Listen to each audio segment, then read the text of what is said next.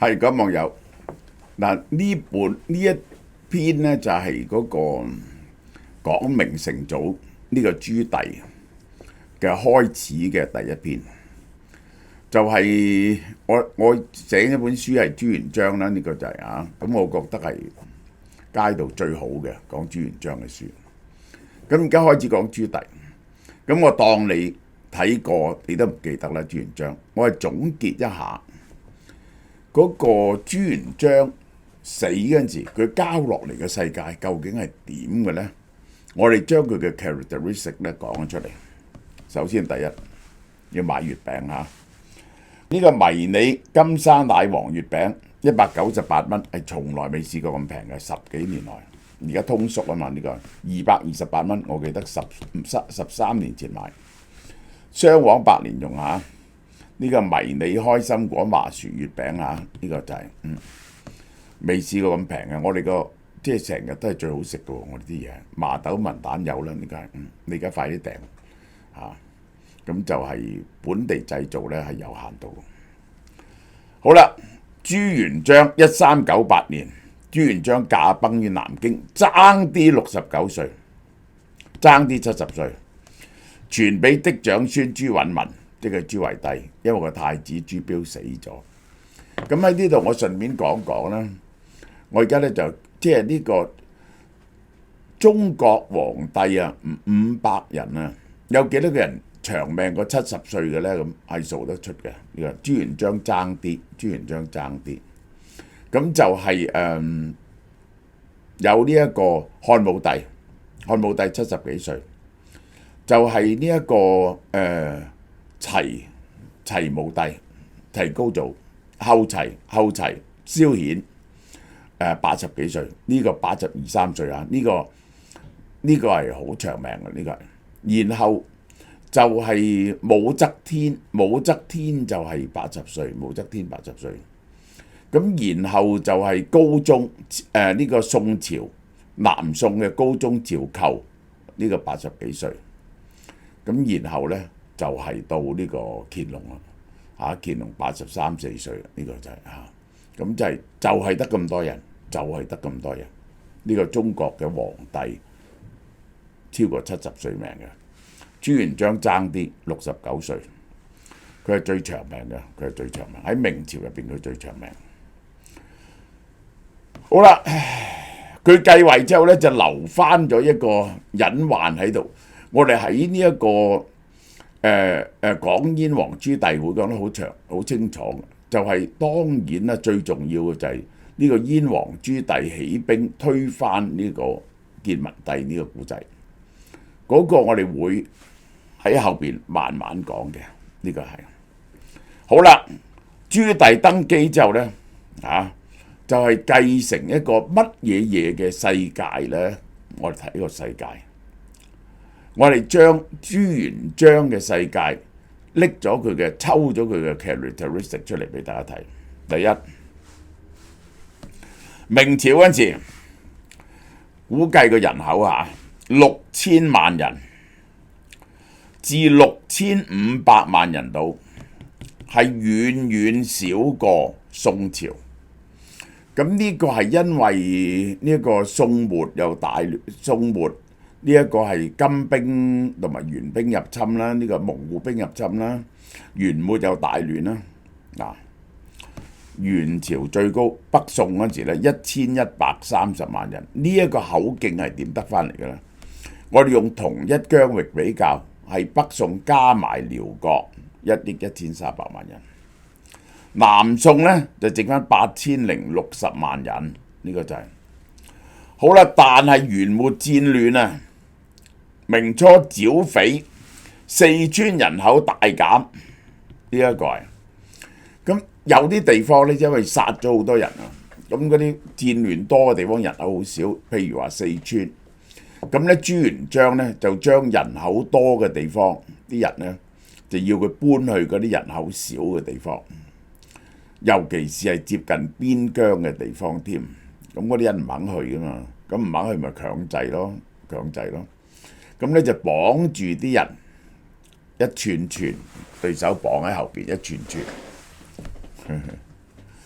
咁樣去。咁如果你尿急嗰陣時點咧咁？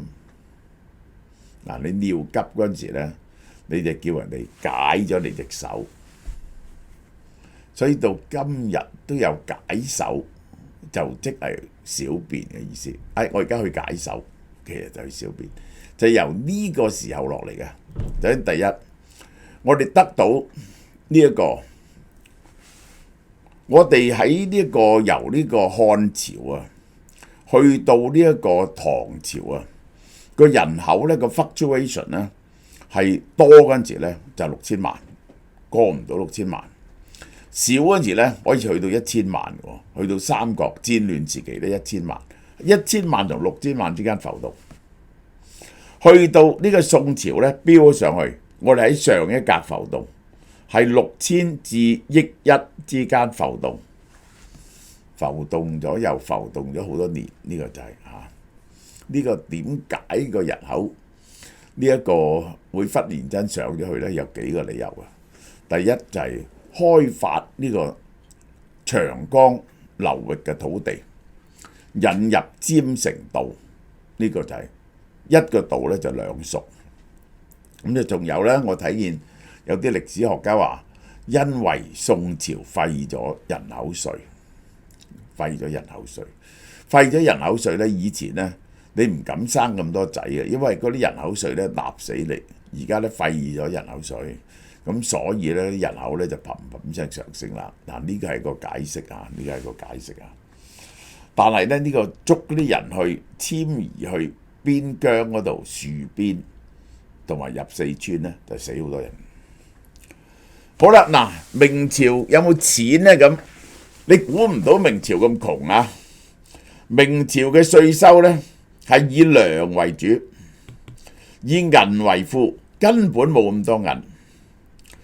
呢一個去到宋朝咧係以錢為主，以銅錢同埋糧食並行啊！呢一個咧糧食係實物貨幣啊嘛，即係同埋券咧，唐朝咧都係用實物貨幣為主，用呢一個錢幣銅幣咧愛嚟做散紙嘅，呢個係明初咧就唔係啦，糧食同埋銀，農役制度咧分夏秋徵收，徭役咧就可以折銀，係糧銀並存，呢個係糧銀並存。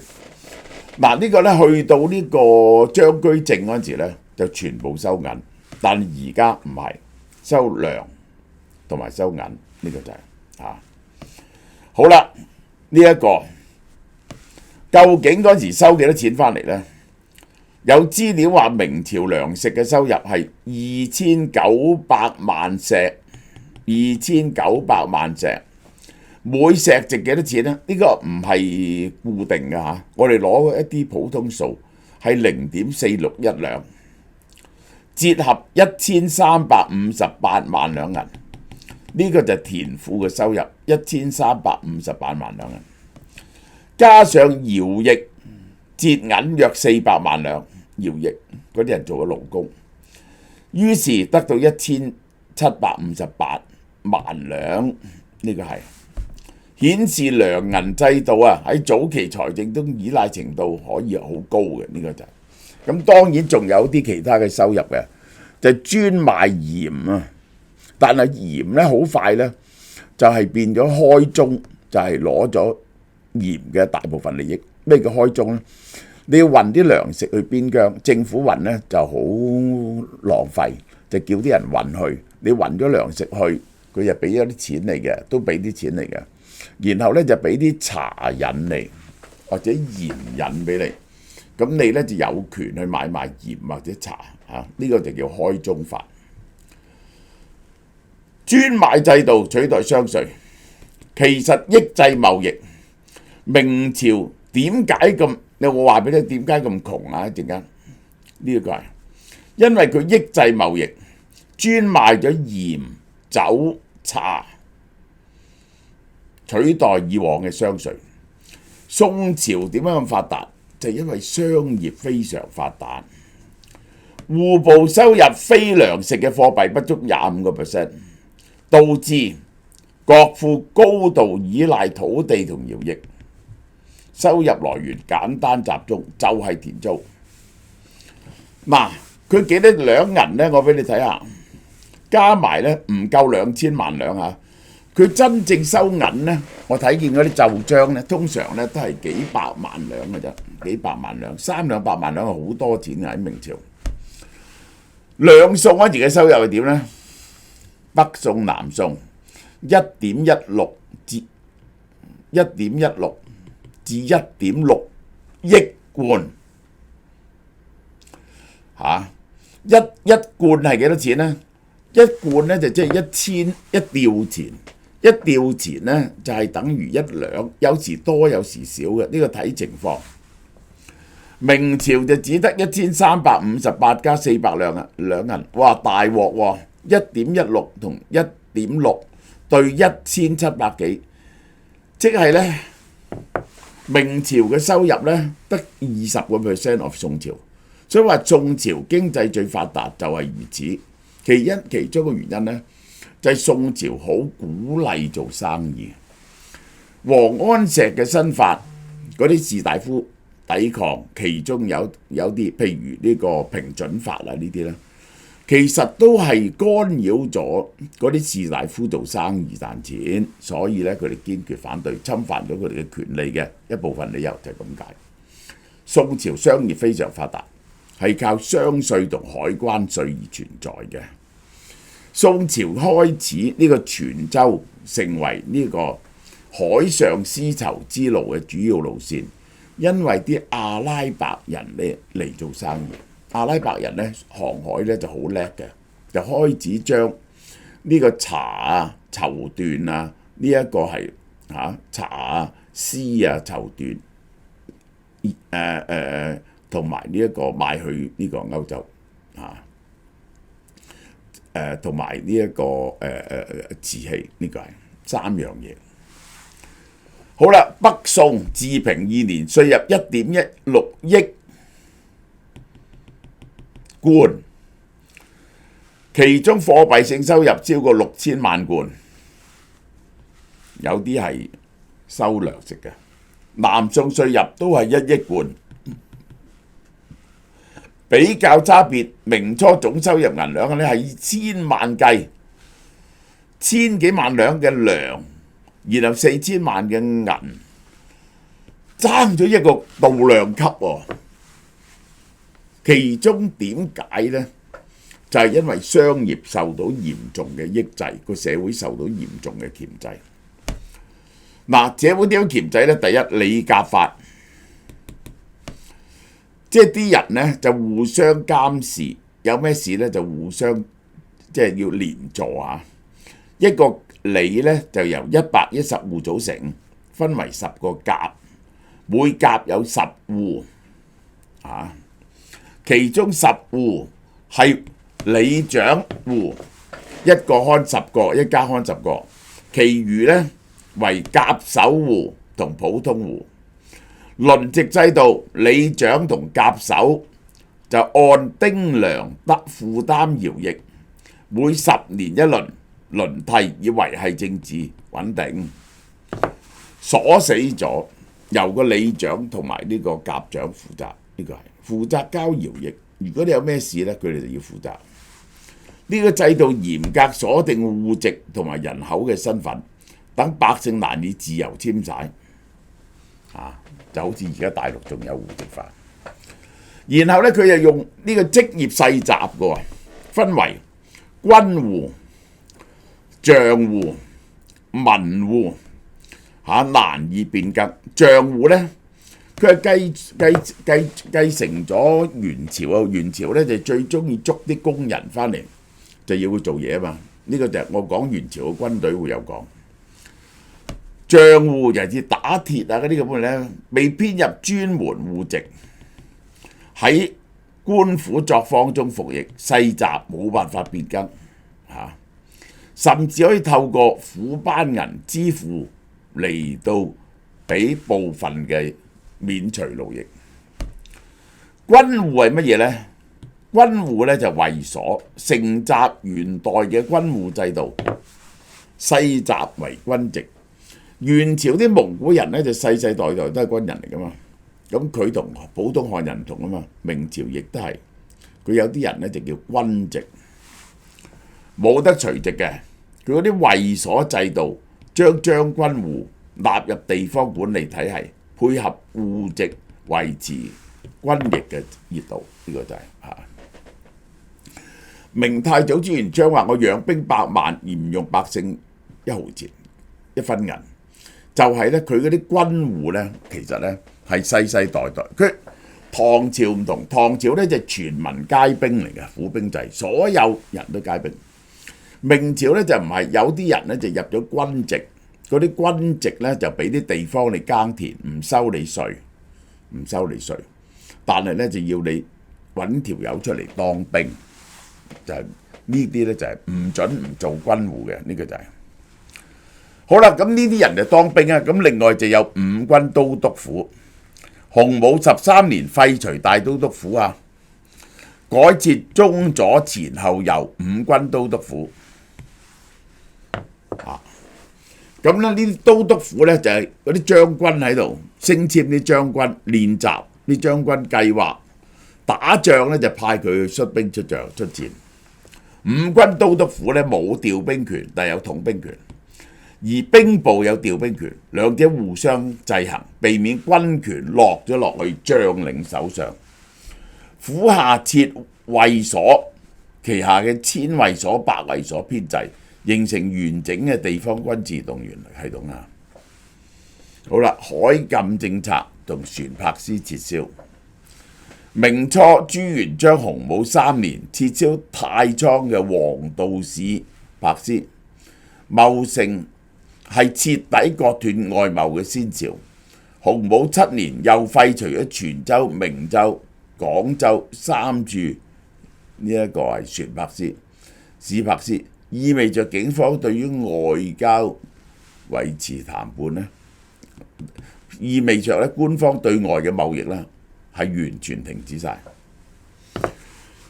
洪武7年呢一個係洪武3年廢除太倉。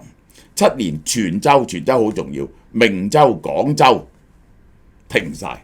呢個就係點解明朝窮，佢唔做外貿，點解啊？好簡單嘅啫。呢一個宋朝、唐宋咧係一個歐高榮嘅文化，佢哋咧唔怕同外界來往。你去唐朝嗰啲墳墓面前，唐朝嗰啲皇帝嘅陵墓面嗰度咧，你見到好多鬼佬嘅雕像喺度。經過咗元朝一役之後咧，明朝咧就好擔心俾外國人侵略，尤其是沿海地方，北邊咧佢就打住啲蒙古人啦，南邊咧佢就唔準嗰啲人嚟，因為佢話嗰啲人咧好多都係海盜嚟嘅，呢個係。佢而且覺得做生意冇益嘅，嚴刑禁海，整治船隻，頒布系列訓令、法律條文，以禁止沿海民間造船出海，特別係3桅以上嘅大船，違令者可以處斬，為守示眾者充軍邊疆。朱棣時時要求對所有嘅漁船改為平頭船，難以航行但有效抑制咗海間民間嘅海上活動，整緊啲平頭船。你知咧，如果啲海船咧，你係有一定嘅模樣嘅，即係海船咧個頭尖啲，咁你可以破浪，唔會阻住啊嘛。個底咧就要尖嘅喎，你唔可以平底喎，平底咧隻船就啷嘅啦，尖底兩邊啲浪咧就互相對消咗嘅。同埋要窄倉啦。喺嚴格制度之下，明朝即係允許呢個暫合貿易，商船要持有官方核發嘅暫合符先至可以進入，一定要有呢一個許可證先能夠嚟做生意。表面咧就扮朝貢，其實送啲嘢俾皇帝，皇帝送翻啲嘢俾佢，等於做生意。壓制，因此因為佢唔準做生意咧。咁咧就倭寇橫行咯喎！嗰陣時佢去浙江南邊已經係同嗰啲土豪咧就係好大嘅衝突。嗰啲土豪好多咧都係包庇啲日本難民嘅、日本狼人嘅。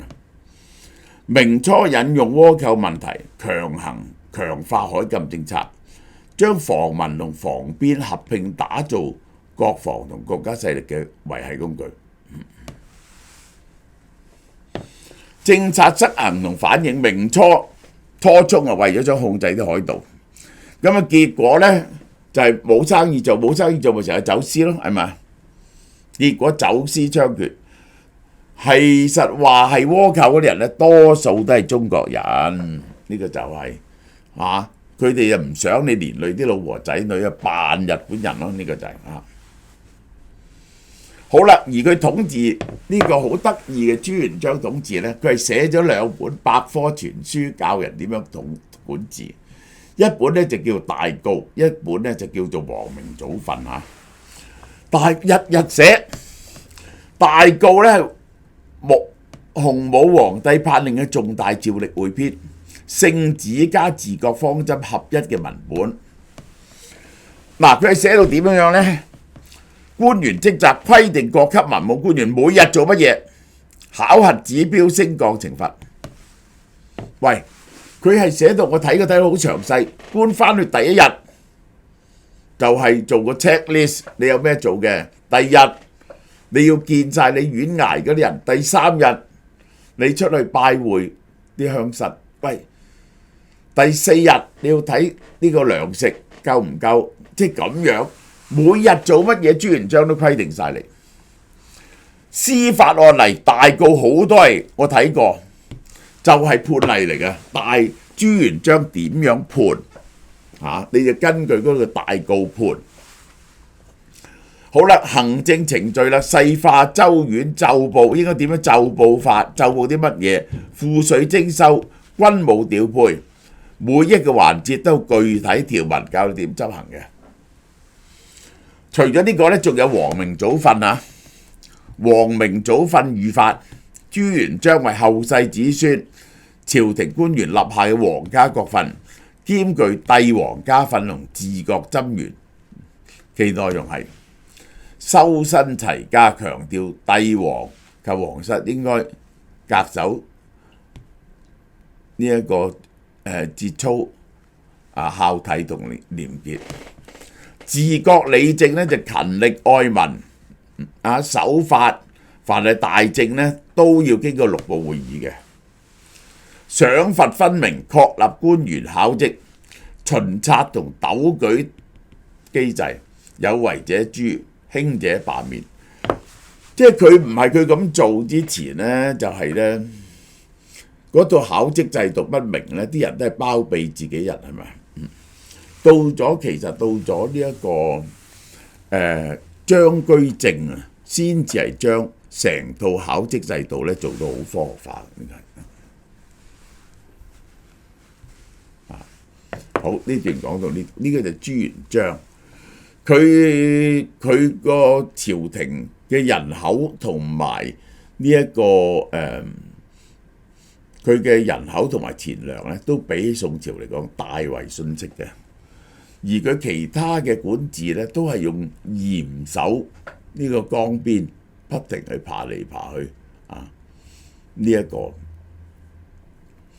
結果咧，就係康熙就話走去南京拜朱元璋咧，佢就寫4個大字俾佢，就治隆唐宋，話佢管理得好過唐朝同宋朝，因為朱元璋嗰套制度咧係一路傳落去明朝、清朝咧，都係照行呢一套制度嘅。好啦，8月電子消費券禮品上不停，凡係購買3000蚊嘅電子消費券，就可以獲得總值256蚊嘅指定護膚品，包括韓國 Urian 嘅純素乳木果柔潤手霜100ml，價值138蚊。同韓國 Urian 純素弱鹼性護面泡沫，價值118蚊。Urian 護膚品係韓國排名第1嘅純素護膚品牌，全植物配方，產品適合各年齡層使用，包括細路仔、成人、孕婦及敏感肌膚嘅人，所有產品咧都獲得純素認證，係低敏植物雜取成分，並且通過低刺激性嘅皮膚測試，可以安心使用。嗱，我都係用呢個嘅，我皮膚有啲敏感㗎，我話俾你用咧，真係非常之好。而購買5000蚊電子消費券咧，就可以獲得總值567蚊嘅指定禮品，包括 Hancock Life 手臂式電子血壓計，價值298蚊。